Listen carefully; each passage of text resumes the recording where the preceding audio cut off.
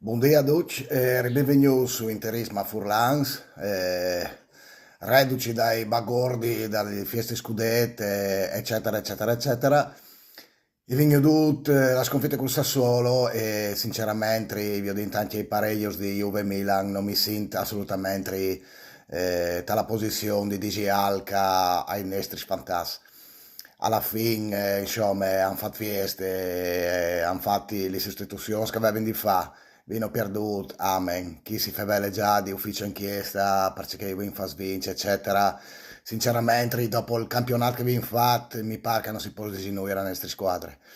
Abbiamo fatto un campionato straordinario e quindi hai bisogno di me fare applausos ai nostri giovani e anzi per i prossimi partiti si spera che facendo cambi che provvedi in giocatori e che facendo invio di giocatori.